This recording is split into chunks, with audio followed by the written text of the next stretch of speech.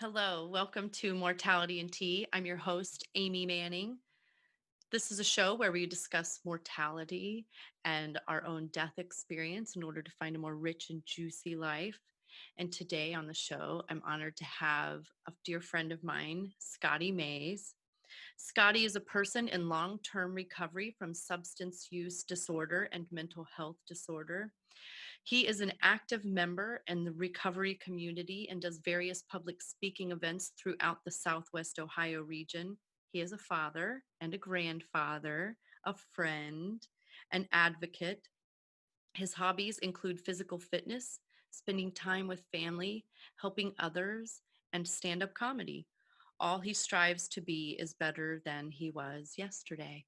This has been a beautiful conversation. I hope you enjoy.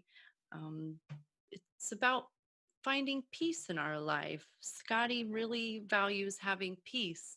And this was a conversation that was really kind of rooted in that that feeling of wanting peace. I hope you enjoy it. Thanks for tuning in.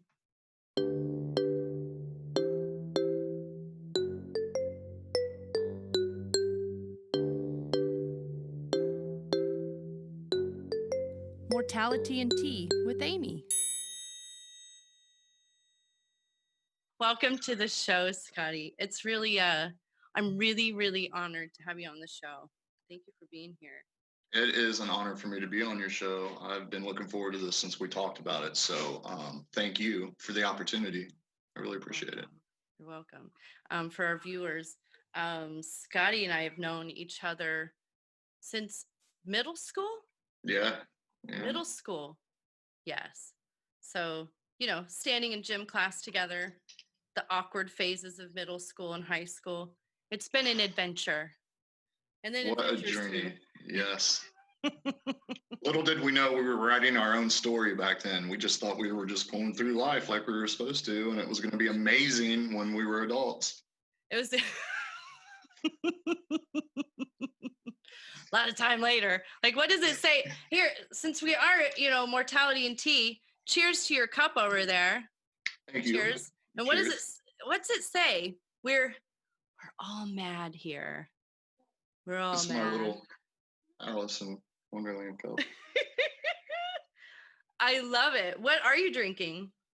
Chai. Oh, nice. I thought for a second I had chai too, but I'm Rooibos. You pronounce it. No. Well, we'll just dive right in there.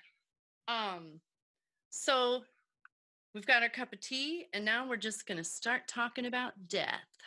One of my favorite topics.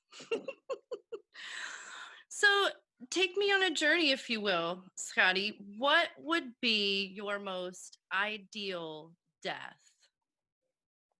You know what? So I've been thinking about this for a couple days. Mm-hmm. And my ideal death today is vastly different than what it would have been, let's say, 4 months ago. Mm-hmm. Because my ideal death used to be, it was going to be some form of suicide. Okay. And like I would play, like, what would that look like? How would I go about doing that? And I know how I tried to accomplish that. It's kind of sickening to call it a goal, but it was a goal that I had in 2016 before I got sober. I'm like, is that the way I want to do that? Or do I want to do it this way? And it was so weird, like how much I was entertaining the thought of what it would look like, that it actually scared me a little bit, because I could feel the pull to that. And I was almost speaking it into existence, if that makes any sense. Absolutely. It does make sense. And there was just there was a small moment of clarity that I had. And I said, no, I have to take this off the table. So I did. I took it off the table. Now, does it still pop in there? Yep. There's still periods. I don't know why I think the way that I do, but I do. But an ideal death for me today, I have beautiful grandbabies. I have beautiful. Yes, you do. You know, my family is awesome. They're a tremendous amount of support for me in my recovery. I just want it to be as less chaotic as possible. I want it to be peaceful, and if it happens to be in my sleep, I'm cool with that. If it happens to be while I'm running the bases because my grandson and I are playing wiffle ball or whatever, I'm cool with that. I mean, I'm sure it'll terrify them, but wherever it is, I just want it to be in a peaceful environment, like Right. either around my family or just sleeping. So you value it to be a peaceful experience. I do. I do it, and I'd be lying if I said it doesn't scare me a little bit. You know, but I've also accepted the fact that that's part of life, and the biggest thing that helps me have acceptance with that is that dash on our tombstone, Mm. because I use that dash to be a representation of what I want my legacy to be once I'm not here anymore. So dash being the date you were born, dash the Mm-hmm. date you die. Yeah. So my whole story is in that dash. So the beginning of it was, kind of, not really what most people would want to go through, but the end of it, like how I persevered through these situations and matured a little bit more each year, Right. acquired some tools, and you know did work on self. Because that's all I want to do is just work on self. I want to continue to grow for the rest of my life until you get to a point where like, okay, I ran my race well. Deuces. Yes. You know. No, I know you from discussing this before and in your bio that you do suffer mental health issues. Mm-hmm. And so I really thank you for your vulnerability and discussing your suicidal thoughts. That's not been a part of our show yet. So this is really some cool stuff to dive into, because I know you're not the only person who's ever had suicidal thoughts. Um, can you tell me are you comfortable saying any more to that experience?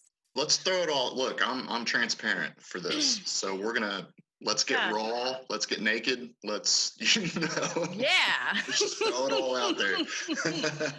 So, how long did you explore that idea of suicide? um, well, I can rewind all the way back to fifth grade. Okay. Yeah, like I remember, like I was very dysfunctional situation growing up, and it wasn't ideal, and it wasn't. It was just ugly, and it wasn't. You know, wasn't anything that I asked for, but I can remember like I had said that I was going to kill myself. And like I remember meaning that, like I was really passionate about it because I was just miserable. And I'm 10 years old, and I ended up getting put in like it was Dartmouth Hospital at the time on Salem Avenue in Dayton. I was in there for like 3 months. At the age of 10? Yes. Yeah. Oh my. Yeah. Wow. And then Wow. I was put through family counseling. And the thing about family counseling, that it was brutal, because what it was three adults ganging up on a child saying, this is your problem, this is what you're doing wrong. And it was like I never had a voice. And I think that's why it's so important that we listen to our children today. I don't care how old they are. They need somebody to hear them. And I've made a point for that, and kids aren't still comfortable talking to adults about certain things because they still don't feel like that they have a voice, and it's unfortunate. But you take that moment, like in fifth grade, 10 years old, and just fast forward. I was in and out of hospitals because of that, and it was just the thoughts have always existed. I've always, I made a couple of attempts, and then in 2016, it was by far. That was the moment when I had that extension cord around my neck at a park, and I was getting ready to step off of the picnic table, and my phone rang, and it was a guy I hadn't talked to in 4 months. And I answered it. I said, "What's one more phone conversation?" I mean, nobody knew what I was doing. I didn't tell anybody. Right. And he said, "Scotty, I don't know why I'm calling you, but I wanted to see if you wanted to go to church with me." I just remember looking up, going, seriously, this is okay. I have goosebumps. So I said, well, if you want me to go, come and get me. I threw the extension cord in the trash and he picked me up. And I remember bawling like a baby in that church service. Like I was completely broke. Like I've had a lot of rock bottoms, but all of my rock bottoms have had trap doors. And yeah, it was, I got busy living at that point, but the thoughts never left, and that's just a natural thing for my mind, I think, is anytime a hard situation gets presented with me, that's immediately where my mind wants to take me. But today I'm a little bit stronger and I recognize it and I go, just stop. Yeah, it's there, but yeah. So you're able to quiet that? Yeah, yes. Okay. Because I talk about it. My secrets will keep me sick. So I make sure that I don't keep secrets. So you shine a light on it. Hmm. You bring it to the conversation. And there are secrets that I've kept in recovery that's ended up being detrimental to my relationship. And, we get all these things back in recovery once you start doing the next right thing. And then, if you're not completely honest, like pain will travel through an entire family until somebody's ready to feel it. Yes. Yes. I'm a believer of that too, that we have generational trauma that we hang on to until somebody breaks it, till somebody has the courage. So, yeah, let me die playing wiffle ball. I'd totally be cool with that. Yes. Yes. Oh, that's a beautiful little vision right there. So that was your first time that you had thought about death, maybe your own death was at the age of 10. Yeah. Okay. Contemplated your own death. What was your first experience with death? God, that's such a great question. I might add that to my repertoire of questions. First experience. My freshman year of high school, when I took a handful of pills and ate a whole bottle of Advil, then I got rushed to the hospital and had to have my stomach pumped and all that. That was like, that's probably the closest. I've come close multiple times in my active addiction, but I just never realized how close. But that moment there was, yeah. Okay. And if I'm being honest, like in that time, a lot of times we have consequences for our actions, and when we're aware that we have to deal with these consequences, like that was kind of like my fight or flight instinct. My way of flying was, checking out.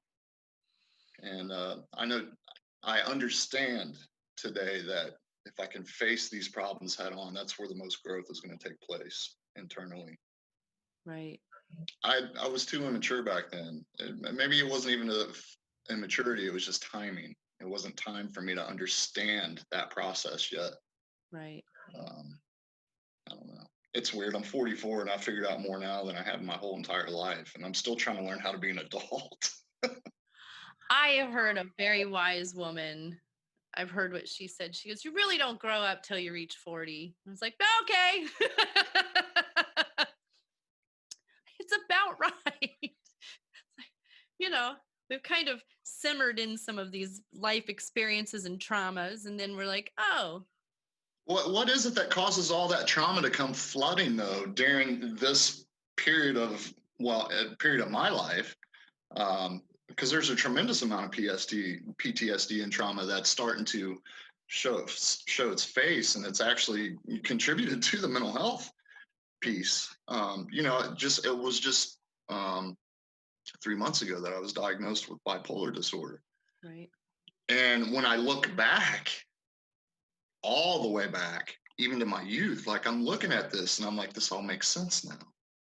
This all makes perfect sense. And I was actually, if I'm being honest, I was being naive about it because my mother has it, but for some reason, it'll skip me. And then it's like, well, wait a minute, you're an only child. Who's it going to go to? So denial. So now that I got I hate to call it a label, but the diagnosis, the understanding of what's really going on, like everything in my life makes so much more sense now. And honestly, it's these last 3 months, like there's been a lot I've been going through, but I've been able to like deal with it and grow through it because I have such a better understanding of the wiring up here. When was your first time that somebody passed away in your life that death became a part of your consciousness? Oh, this happens. Do you remember when your first experience like that was, when somebody or an animal or a person died, that it became part of your consciousness and your awareness? So I don't know if you can remember this back in the day. What's his name? He had leukemia, I think. Right. Yeah. He was What the was teacher in our middle school. His son died of Yeah, leukemia. yeah. Was it Eric? Eric. Yes. Yeah. Yes. I can remember like how that pain everybody had. Like I witnessed all of that and how sad I was. And I remember like towards the end of his journey here, I had passed him in the hallway. Um, and then, you know, he was gone. And that was probably the seed that was planted for me as far as like trying to develop some understanding. Well, one, why does this happen? Two, okay, this does happen. Right. But it really hit in 2000 even more when my papa passed away because my papa was like my best friend. And just to see how much of the glue he was for the family when he left, that glue fell apart. And I had never witnessed anything like that. Um, so much divisiveness that was created from his passing when there should have been unity. And and to this day, that device is it's still there, you know. And for me, there will never be another Papal.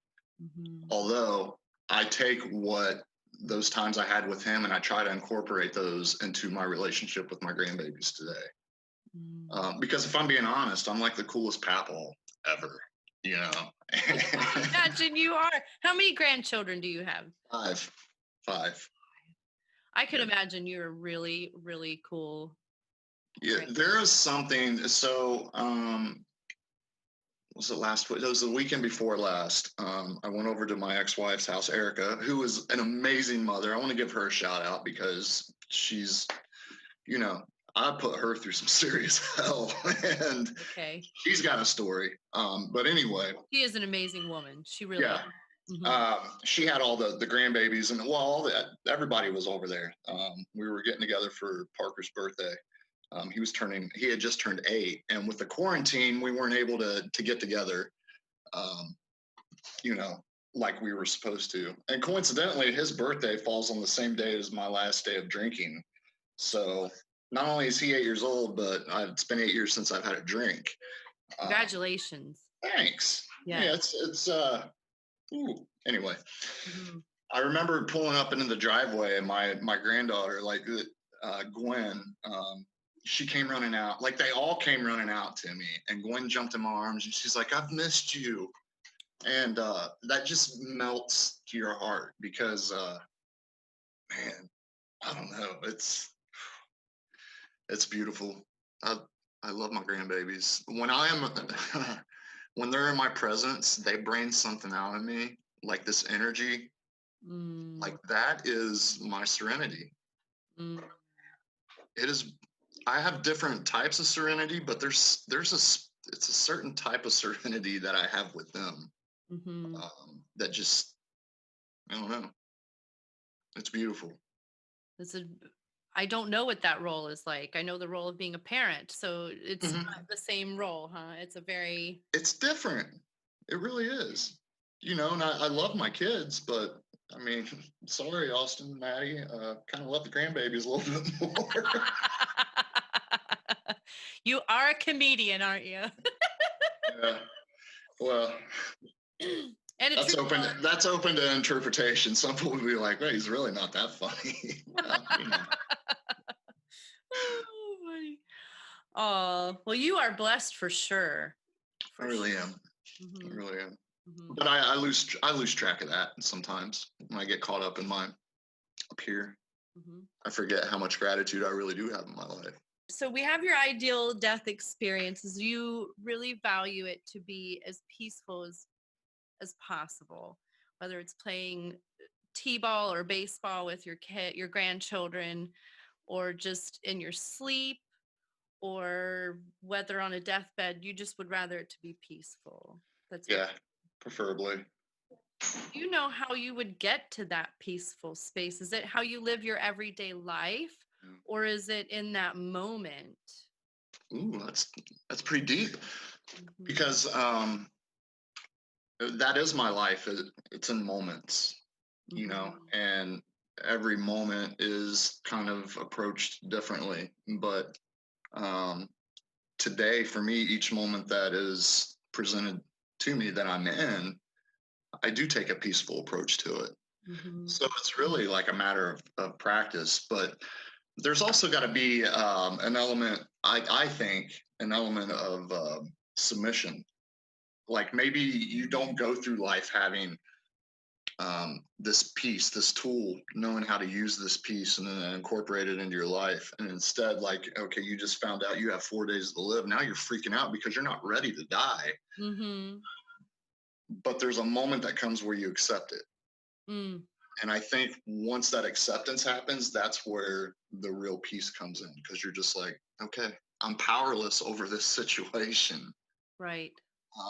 But I get to choose how I want to deal with it. Um, I accept it. I'm not happy about it, Mm. but I accept it. And because I've heard stories of that scenario where people just weren't ready, and then all of a sudden it's like they just had this moment of clarity where they were like, okay,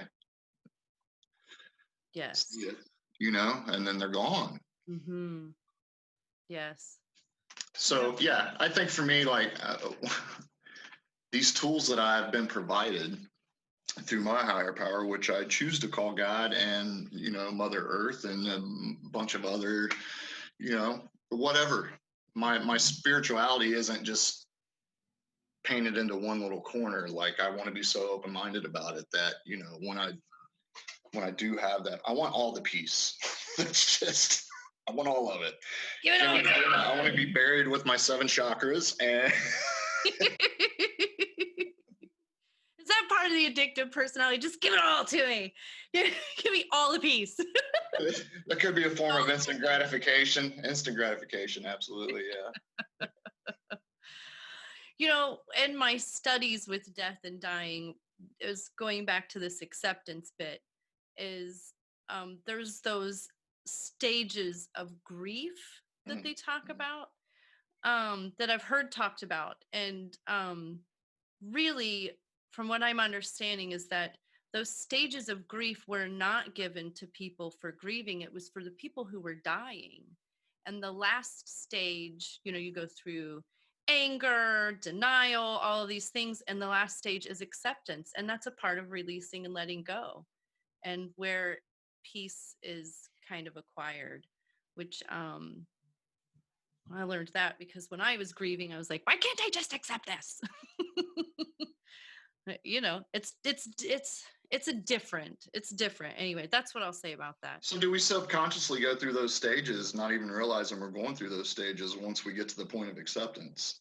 It's not like we just jumped all over it and said, ah, here I am in acceptance. Like, obviously, we've had to experience those emotions to get to that point. Maybe here's some of my spirituality creeping in. It's part of our programming, part of how we were built. Like, our inner wisdom is built into us. Acceptance is a part of this. And for me, which is part of Buddhism, acceptance and then releasing and letting go. And really, in death, that's the last part. You just release the body.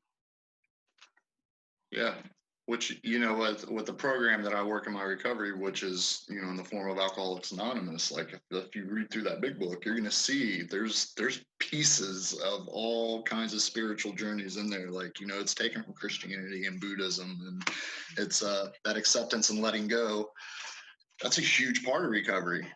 Accepting a situation and then, not holding on to that, because then that creates a resentment, and the resentment's the number one offender to a relapse. So resentments are a bitch. Man, I know. I will let somebody eat my lunch all day and they will not lose any sleep over it. No, they won't. Isn't that a bitch? Yeah. You scroll through Facebook and I'll get involved. Why am I drinking this poison hoping they die? But they're over here laughing, having their best life right now. Oh, you were losing sleep over me? The best part is when you go to make an amends to them and they're like, "Oh, I had no idea. I heard about it." I'm like, "No, it's not that simple." Does that bring another resentment? What do you mean you had no idea? Well, I'm gonna go lay in my bed all night and think about that now for a couple years. A couple years is right. Man, I'll have one creep up. I'm like, is this trauma right now, or is this just is this a resentment I haven't dealt with? Resentments are a bitch, but they are. It is such a freedom to let go of resentments. Oh gosh, yeah, let them go for sure. Oh man. Okay, so we've gotten onto this piece. Now, let's imagine okay, let's imagine you're on a deathbed, you found your peace. You have expelled your final breath, the last breath out of this body. Your body is laying there. Is there anything in particular that you would want done with your body after you have left? Or if you believe that there is a you that has left, what would you want done with your body? I used to be terrified of cremation. I'm okay with that today. Like, and honestly, I'm okay with whatever they want to do with it. If I still have a piece that's good for somebody else to benefit from, then let them have it. Or if my body can help, help a tree grow, let me be the fertilizer for that. And I kind of picture it as like I'll end up having this outer body experience when I do pass. Like my spirit would kind of leave, and I'm just looking down at the shell of the man I used to be, and maybe saying thank you. As you're looking down at that shell of the man that used to be, would you want anything in that moment there, like somebody to come and care for your body? Or I don't want to plant seeds, but is there, do you want somebody to pray over your body? Do you want wrapped in anything? I love the power of prayer. I love it more so now than I ever have in my entire life. And that can look different to anybody, however they want to do that. If somebody wants to come in and, sprinkle me with some sage, as their, whatever their prayer life looks like, I want, I want people to go in there and not feel like there's a heavy burden in there, but there's just peace. Like this dude lived his best life. It probably didn't look like the best to some people, but to him, that was his best. And, he did it well. I want to leave this earth a little bit better than what it was when I came into it. So I don't care. I could have 12 people in there and they're all praying differently. If that's what they want to do, let them do it. I'm a free spirit. So you want it to be about what your family or friends want with your body at that moment. Yeah, without the dysfunction. Yeah. You really value peace. This is something that has been a theme here in this conversation.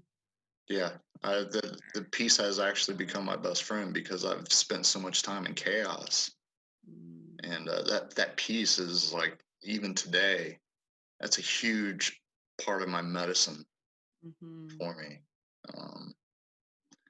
I just choose not to get engaged in certain situations anymore because I don't like toxicity. I work in it every day in the treatment field. I see sick people coming in every day who are just clinging on to life. They just need somebody because they don't have anybody, And I want to be that one person for them because I burnt a lot of bridges back in the day and people walked away from me. They had to love me from a distance. Even today, people have given up on me if I'm being honest, and that's just I'm not salty about that. That's just the reality of the situation. Mm-hmm. And a lot of that is just coping skills and lack of understanding, and that's I don't blame them for that. I wish they had better understanding, but I can't. I can only make people understand through my actions. Sure, words are nice, but I'm the person that the Scotty you see on social media is the same Scotty that you see if we were to bump into each other at a Dollar General. Mm. I don't know. I have flaws, sure, but the skeletons in my closet, oh, that closet's getting pretty cleaned out because I'm so transparent today that there's really you can go in the closet if you want, hang out in there. So your closet's becoming a peaceful space, if you will. Yeah, absolutely. Wow. Cool. So,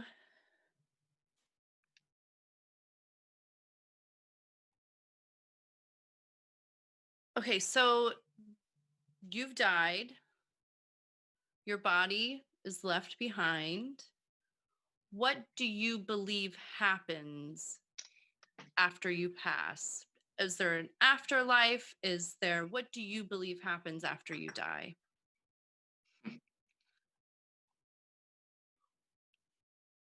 I want to believe that there is an afterlife. Mm-hmm. But I think it's I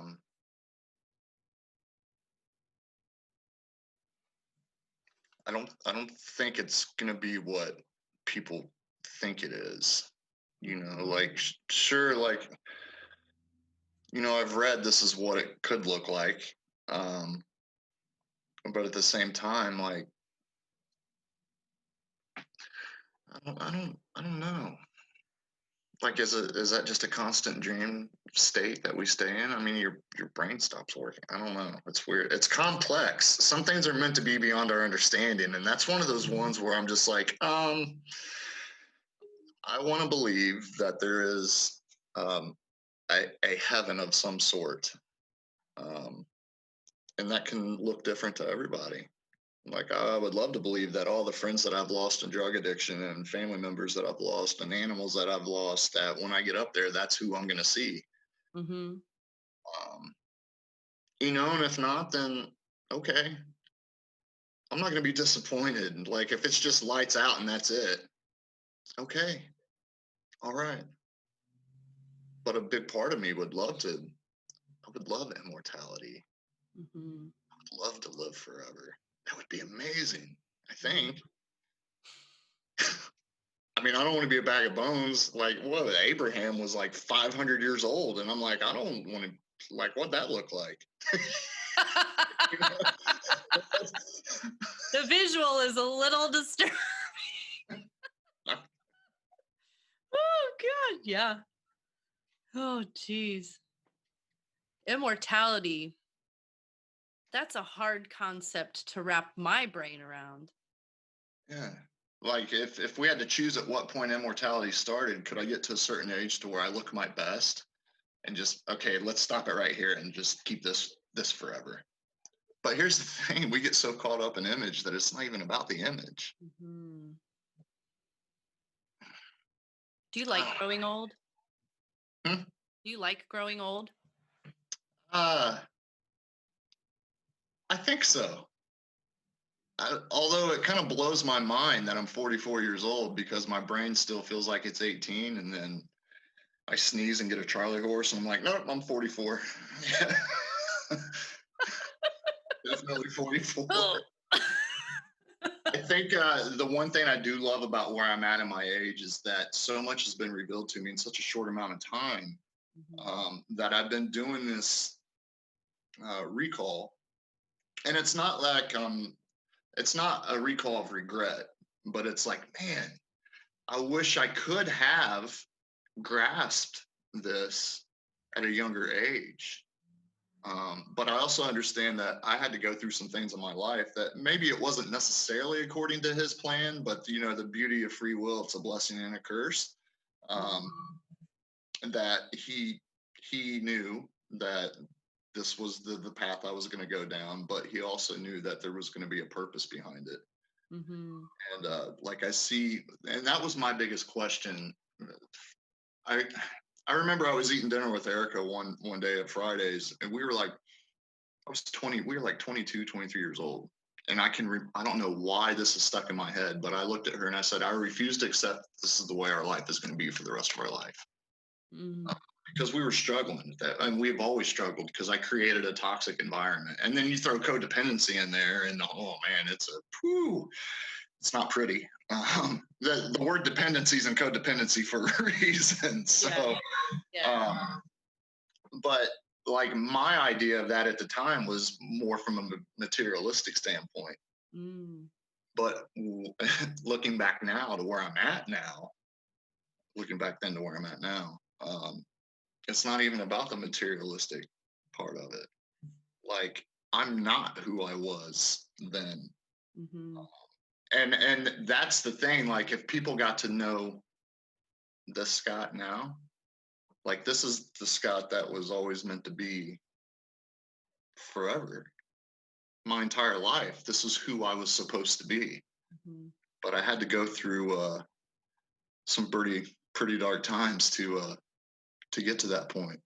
And okay, if anything frustrates me, it's the fact that I have to learn the hard way. I don't know why I choose that, but like, I literally have to get punched in the face and be like, oh yeah, okay, that makes sense.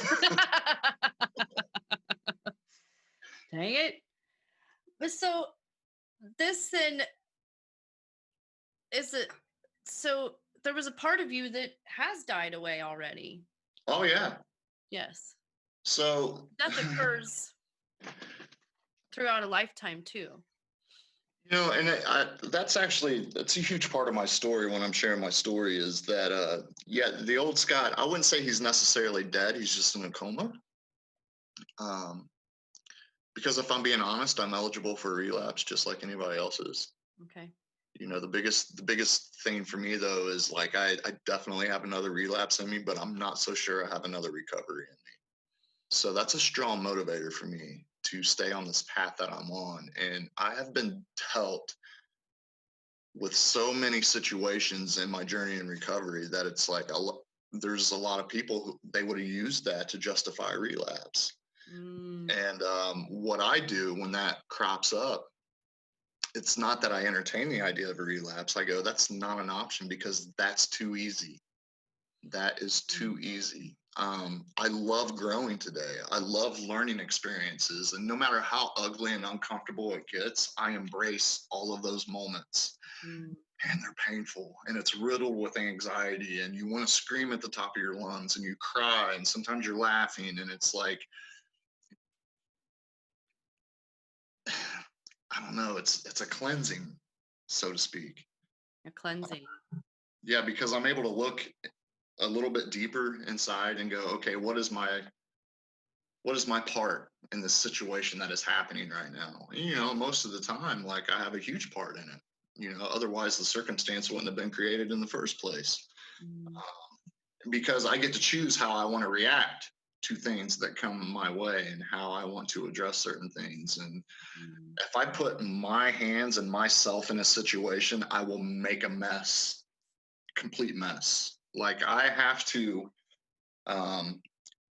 like I found my power. I have my power, but I have to be understanding that I am powerless in situations. I have this wiring that I'm a fixer. I like to fix things.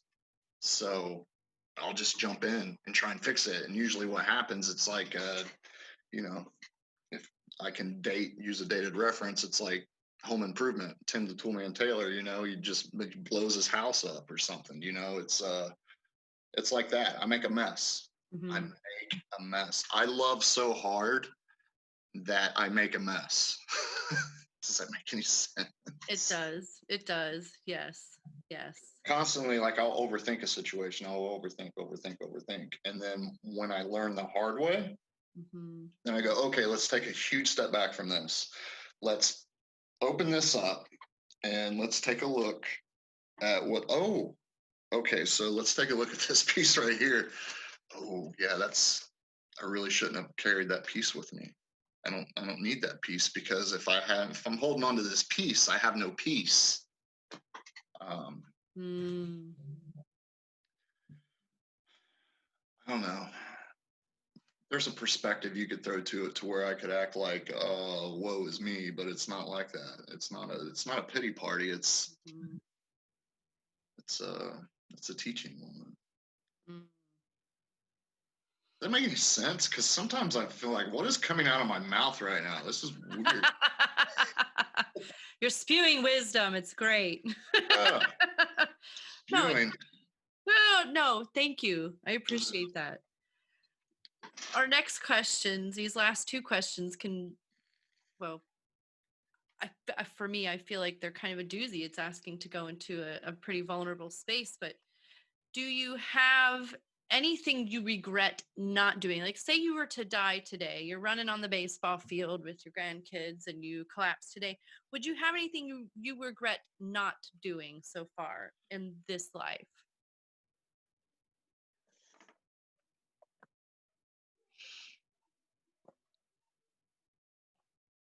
Okay, so if I had a biggest regret, like all of this love that I have now that just overflows in abundance onto others that I come into contact with, I wish I would have acquired that earlier. That's it. And it's not a regret to where like I'm like, ugh, it's just, man, I wish things would have clicked a little bit differently. Look, I understand, like, I'm exactly where I'm supposed to be at right now, but I don't know, could have been a better father. Definitely could have been a better husband. I regret not being the man that was expected of me at an early age. Like, I have to hold on to that stuff, not to punish me, but just to motivate me to be better than I was yesterday. Because there's so much of that in the past that's all people know me from. That's it.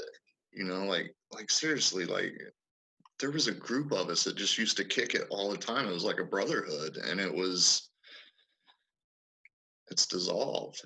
I created so much madness that they had no choice but to love me from a distance. I lost a best friend to this, and to this day, I think about him every single day. He picked me up from jail in 2012.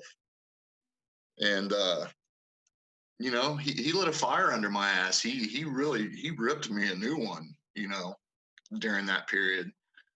And he was right. My motives were a little off at that time, and he called me out on it. And after he called me out on it, he walked away. But he had to do that for his own peace, and I understand that. Right. Right. But I still love him. Like if I saw him today, I'd hug him and just be like, man, I've missed you. Yeah. I don't hate anybody today. I'm just sad. What are you sad about? Squandered opportunities. Things that were presented to me to take full advantage of, to grow from, and I took so much for granted. So much. Even in recovery, I did that. And it's painful, but there's growth through that because I recognize it and I know what not to do. And if it starts to creep up again, I can see it, I can address it, and not avoid it, but just prevent it, if that makes any sense. Do you have anything you regret having done in your life? Something you'd be like, man, I totally regret doing that. And I guess the point of these questions is to say, man, I am going to, from this day forward, try not to live with regrets and try to do everything that I wanted to do. Well, the beautiful thing you said in that was learning experiences, because I've flipped it, and all of those regrets, because, in these rooms of recovery that I'm in, it's like we learn to not regret the past or shut the door on it. Mm-hmm. So instead I look at it, like you said, absolutely they're learning experiences. I wouldn't be where I'm at today if I didn't have those regrets, because I've had to look at all of those. I've had to process it. And sorry, let's get a message. And learn from it. Mm-hmm. And that whole I want to be better than I was yesterday is every night I lay my head on my pillow, I do an inventory of my day. Mm-hmm. Do I owe somebody an apology? What did I do that I could have done better? And ultimately, I was successful, because it may not have looked pretty, but I was sober. I went to bed sober, and I know I'm going to wake up. I don't know I'm going to wake up tomorrow, but if I do, I know I will be sober when I do wake up. And I'm very quick to give gratitude for another breath, because I have taken so much of my life for granted that I don't want to take my life for granted. I'm here for a reason. Mm-hmm. I didn't come this far just to get this far. Mm-hmm. There's people out there who need me. They need my experience, strength, and hope. They need to know that they're not alone. They need to know that they have somebody in their corner. And I want them to know that I am in their corner, no matter how ugly it is or what the circumstance was that got them to where they're at in their life. And this doesn't have to be with substance use. This could just be life in general. Because addiction gets painted into a corner, but addiction is so broad. It can be anything. We can be addicted. Have you tried eating one donut? It's impossible.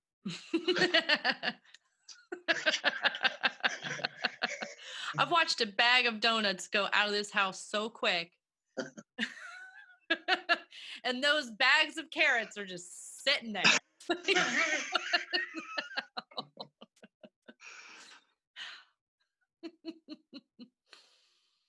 Yeah. So I don't know. I'm very grateful to be where I'm at in my life today, and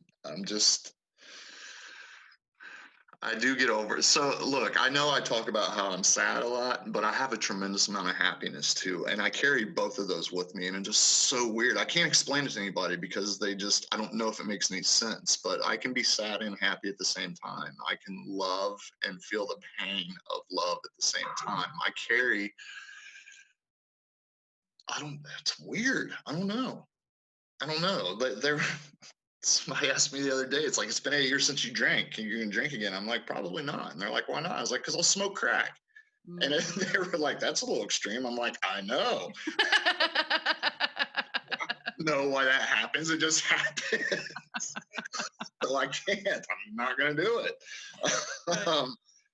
But I'm just very, very grateful to be where I'm at, because where I was at, it was kind of like I was. So I love the Joker, right? Yes. You have a big tattoo of this on your back. I do.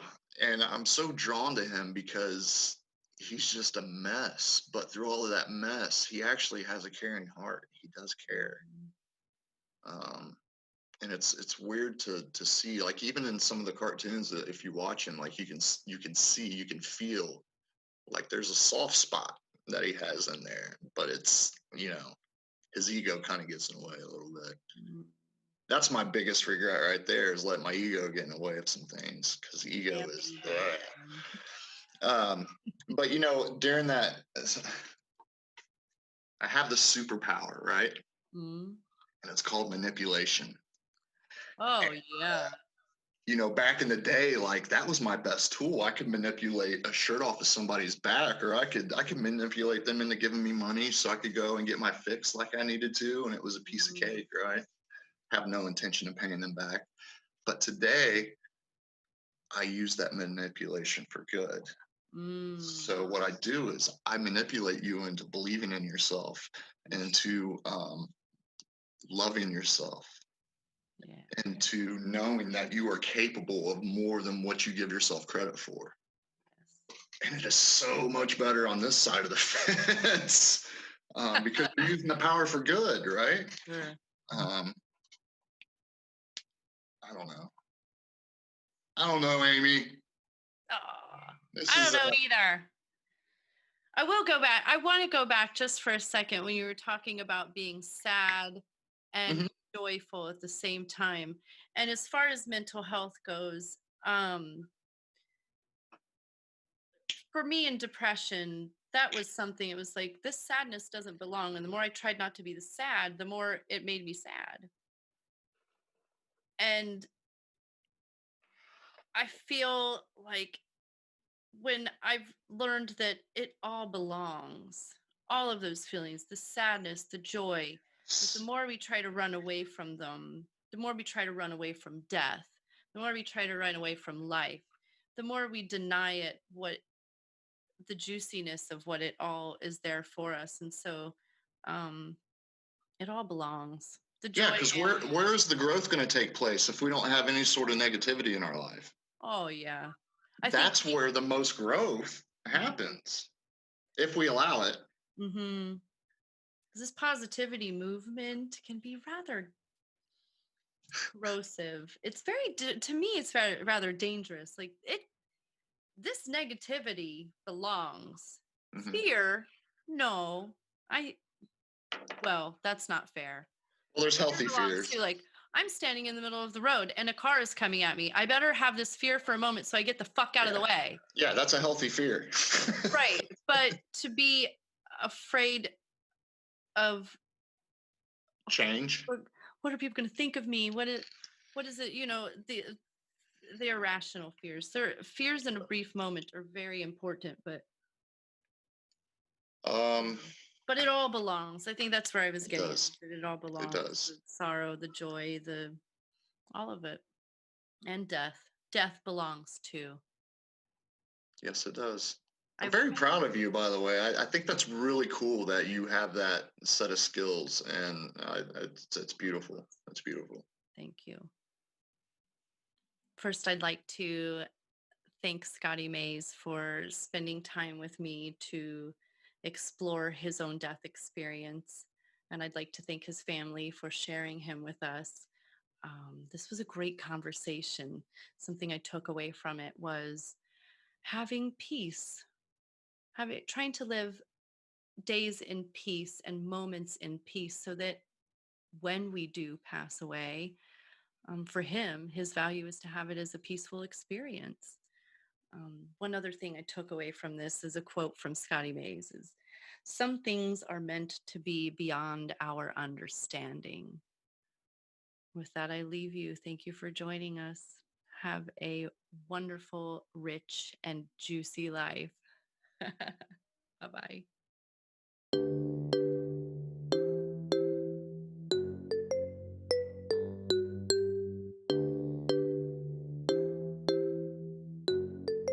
Mortality and Tea with Amy.